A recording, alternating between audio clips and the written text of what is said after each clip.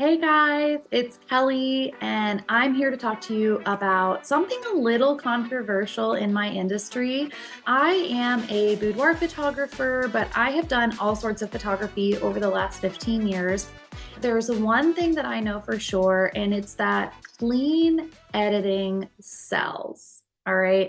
And so this was a little bit of a controversial discussion in my industry. Depending on who you ask, you're going to get different answers, but I want to give you guys my take on why I edit the way that I do and how that has impacted my business long term. One thing about retouching is that I have kept my retouching very clean and consistent over the last 15 years. If you look at my images from 10 or 15 years ago, my images don't look 10 or 15 years old.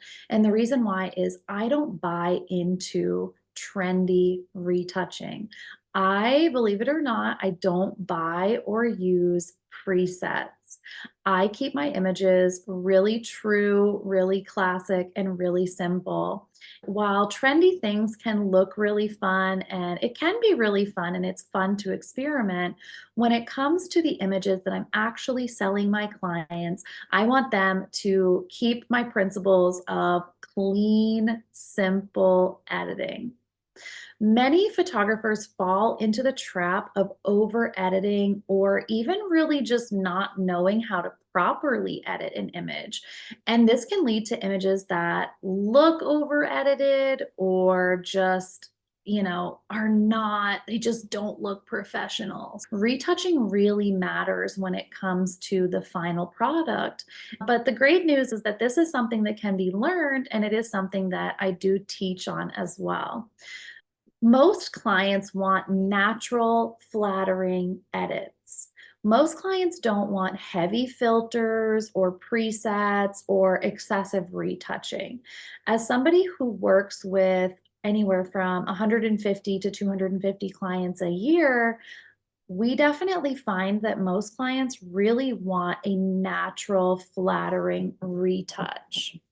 I'm going to give you guys a simple 5-minute editing process to enhance your pictures without taking away from the beauty and authenticity of what they look like right out of camera. Number one, the problem with over editing.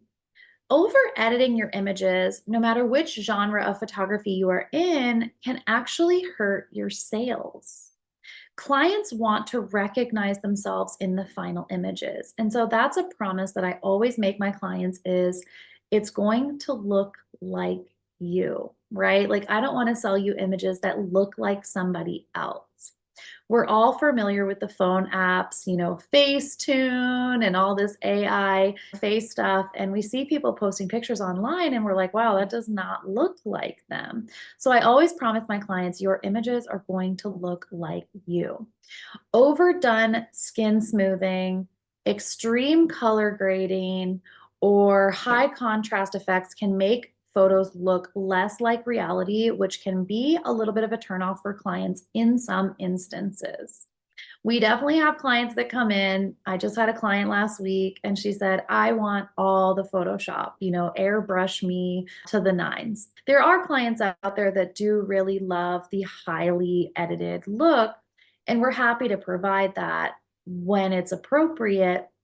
But as a whole, we really want to shy away from, especially in the boudoir industry, overdone skin smoothing because we want to keep some of that texture and that reality, right? Like this whole business is about people loving themselves as they are. And so if we're turning around and delivering them images that look like it's something out of a Disney movie, we might be conveying a different message in our images than we might be preaching with our words.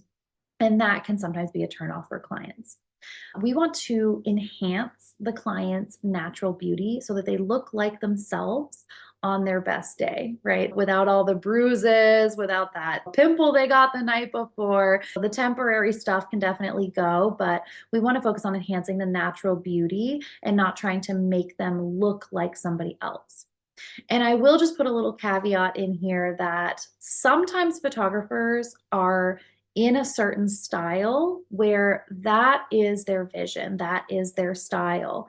I know people in the boudoir industry that have a very specific retouch that they're known for that might be very smooth with the skin, or it might have extreme color grading, but that is their look and that's what clients are booking them for. So I do want to just add that little caveat here that there are some people style wise who that is what their business model is built off of, and that is what their clients book them for. So these things might not apply if you're working towards some sort of specialty retouch like that. All right, number two, the correct exposure first. This, as an educator, is something that I see, oh my God, every day. And it's how do I get my images to look like that? How do I get my images to look a certain way? How do I get the dark and moody look? All of this stuff begins in camera. The exposure of the image sets the foundation for what the image is going to look like when it's fully retouched. So if your images are improperly exposed, your white balance is way off, you're using the wrong aperture, the wrong shutter speed, whatever the case may be, these things are absolutely going to affect your final image, right? Like we can't edit a bad exposure, right? I mean, to an extent, we can correct it, but your life is going to be so much easier if we can get the correct exposure first. We want to use exposure to brighten dark images or dial down bright images to achieve a more balanced look. Exposure is going to dictate whether your image is going to be what they call bright and airy, or if it's going to be dark and moody. And somebody who's really good at retouching can definitely do a lot in post-production. But if you can get your exposure correct in camera and you can get your lighting correct in camera, you're going to find that your life is so much easier with retouching that you're not going to have to be overcompensating for poor exposure.